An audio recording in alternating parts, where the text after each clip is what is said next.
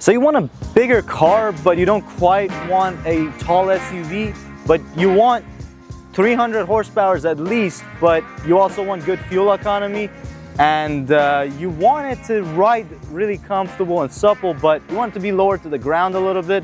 Well, here's a 2026 Toyota RAV4 GR Sport for people that can't make up their mind. All jokes aside, I'm really curious about the ethos of the vehicle that I'm standing right next to, and today we're gonna find out just how sporty can a Toyota RAV4, which is one of the cars. I mean, when you say a car, when someone says, I'm gonna go buy a car, you think RAV4. Anybody can come down to the common denominator that is a RAV4. And now it has a sporty soul and 324 horsepower. Before we get too deep into the technical details, let's talk a little bit about the styling of the new generation RAV4. And I think they did a bang up job to continue that soul of the car, the SUV that everybody can use on a daily basis. They didn't do too much, they cleaned it up. Everything looks very trendy, boxy, chiseled up, and more than that for the GR with this massive blacked out piano grille. And here's where the similarities of the GR Sport kind of ends with the rest of the RAV4s, because here down, this is all GR Sport. And that's something really cool Toyota is doing. Each RAV4 trim is going to have a different fascia, like the off-roady version and the base version are going to be totally different looking. And the GR has this massive piano black grille and this front end on the front bumper that looks super aggressive. Let's go ahead and take a look at the side profile of the RAV4. All right, and that's the side profile of the new RAV4 and the GR Sport at that. Over here, we have wider piano black over fenders that set this thing off and just make it look that much more aggressive. And if you look at the stance of this thing, it doesn't look as tall as your usual RAV4 because the suspension on this is tuned and is slightly lower than a regular RAV4. These are GR Sport specific wheels. These are 20-inch wheels on this vehicle that are wrapped in these pretty aggressive Dunlop tires. So the RAV4 GR Sport is a plug-in hybrid, and you can see the charge port right here. With the assist of that, you can get 48 miles of electric only range out of this. So not only it's sporty, but it's also environmentally conscious, and you can use it as a pure EV for a short period of time. If you look down there, you have another pretty aggressive style bit with that piano black cladding on the bottom and some more of that gloss black up on the roof on the GR, which looks pretty cool. The stance just adds that much sportiness to it. We've got a double-decker spoiler up in the rear, GR Sport logo, and the new design of the RAV4 taillight, which I find pretty attractive. I think it modernizes the rear end without adding a whole lot of clutter.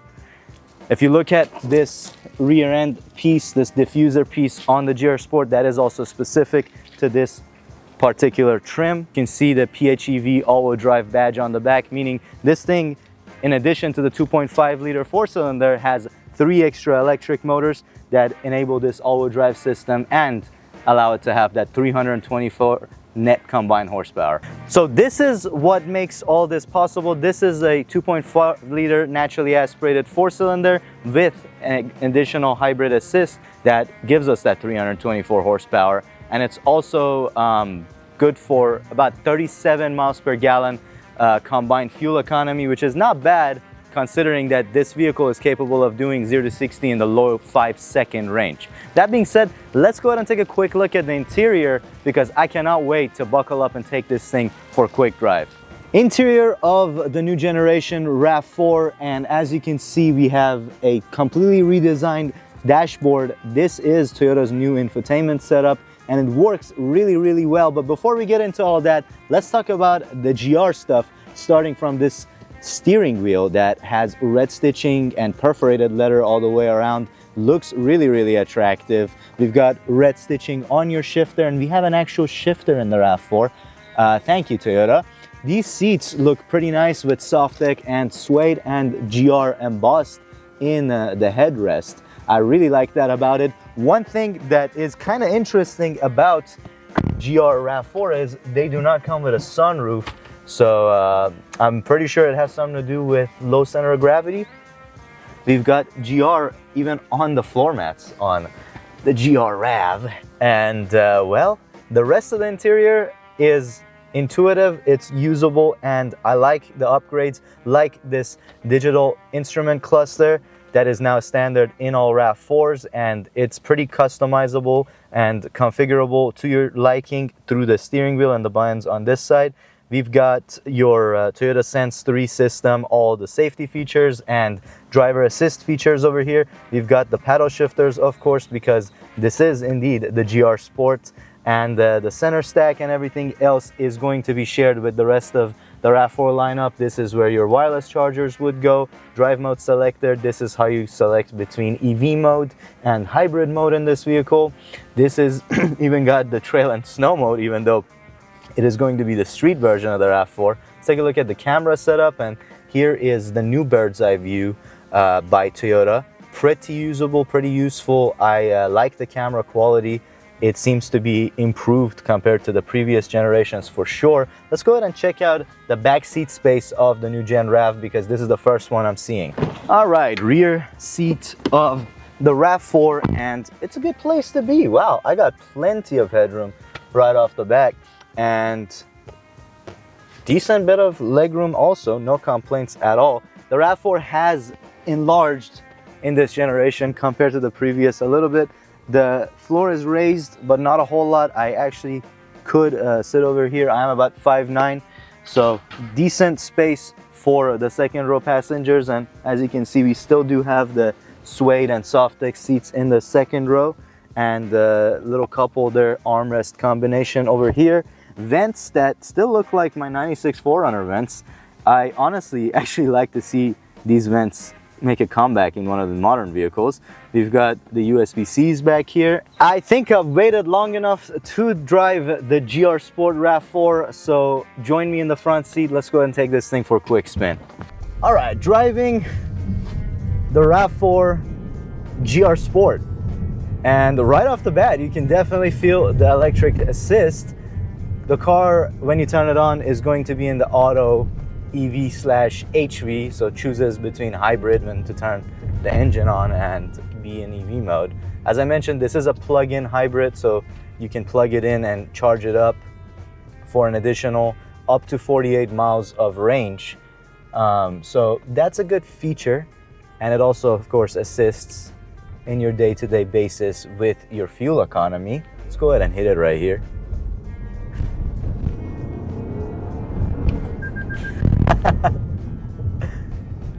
You can feel the combination. It's almost like there's two forces pushing this car forward. Well, it is literally like that.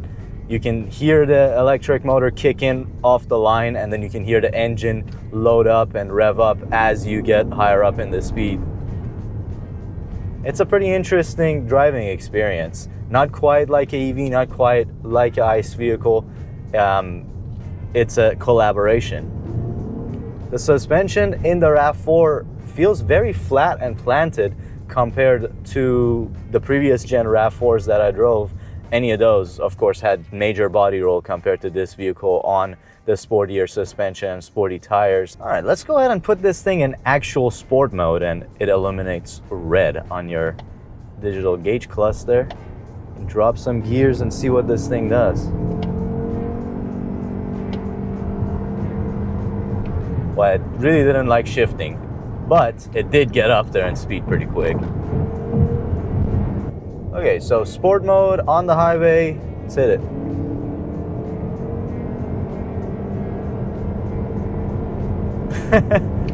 And all you hear is the engine come to life along with your battery, and there's no shifting because this is an eCVT.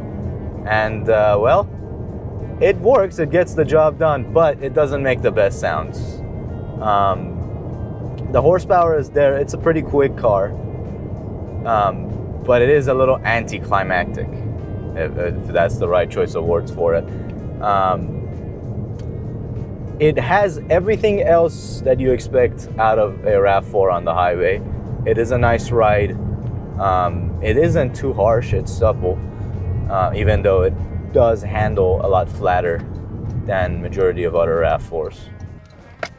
All right, transmission is in sport mode. Let's see what that does.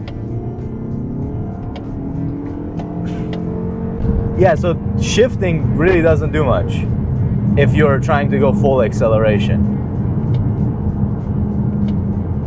It emulates a 6-speed, but I'm downshifting and not a whole lot happens. So it behaves more like an EV would than an ICE car in this configuration. To get the most performance out of it, at least that's how you're supposed to drive it, is let the ECVT and the two powertrains do the job for your acceleration. The sportiness of the vehicle mostly comes from its damping and suspension, and you know, the choice of the 20s on some nice grippy Dunlops. The steering in this RAV4 feels a lot better than the previous generation. Now, I haven't driven a regular RAV4 to tell you, but for what this is, it feels a lot better than the previous regular model RAV4s that I drove. Even on the highway, this thing has decent acceleration. So now we're in EV mode on the highway. Engine is decoupled, and I can totally feel the electric motors, all three of them, take over. Honestly, this thing is almost more enjoyable to drive in EV mode, because you don't have the powertrains talking over each other. Nice and quiet. Because to be fair, that 4-cylinder doesn't sound the best. But all that being said, collectively, this is a very interesting package. I'm still trying to digest it, so I need you guys' help to really conclude what we experienced there. I want you to tell me how you feel about a GR Sport RAV4 being out as a new product from Toyota. The horsepower is definitely there. If you ever wondered and wanted a RAV4 but you just needed that little extra kick, well, this is here to give that to you. But all this package, exact pricing isn't announced yet, but it's going to be on the very high end of the $40,000 range. And well, for that, there aren't a whole lot of fast SUVs per se, but there are a lot of EVs that are going to accelerate at least as fast or even faster than the RAV4 GR Sport. But for the looks alone, I think this vehicle is worth a shot. So if you're looking for something in the market, I would put this on the list. Go drive it, go check it out when it is going to hit the dealerships in May, and well, be the judge for yourself. But for now, that is all I have for the GR Sport RAV4. Please feel free to leave your comments down below. Let me know how you feel about this vehicle. We'll have a good discussion about it. Thank you so much for watching. Subscribe if you're not to Seize the Speed, because, well, we got cool stuff on a weekly basis. Have a great day. Peace out, and I'm out.